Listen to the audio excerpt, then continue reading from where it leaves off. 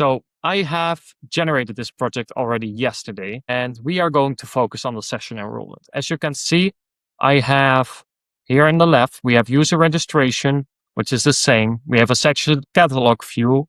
So this is basically REST endpoint getting the sessions. We have the session management, which is going to be the enroll of the user, the creation of the session. So as you can see here, this will handle the create CrossFit session command. And we have the session enrollment, which is, it right now doesn't validate anything. And that's on purpose because I want to build this with you guys. I also have a completely blank model. But I do have unit tests. These are, of course, already pre-generated by Axoniq Platform. I just removed the validation code, but so I can take you on the journey to building a model like this. So here is the test file. So we have in this file, you see that we create an Axon configuration and we register the event source entity module with that session enrollment state.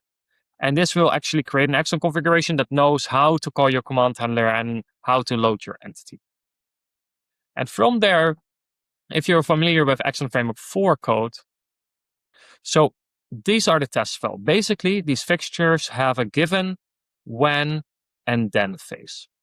So you define what were the events before your command, then you have the command, and then you assert that something happens. So in this case, given that we have created this CrossFit session before, when someone signs up for a session, we accept that. Nobody signed up before, so it's within capacity, and that's fine.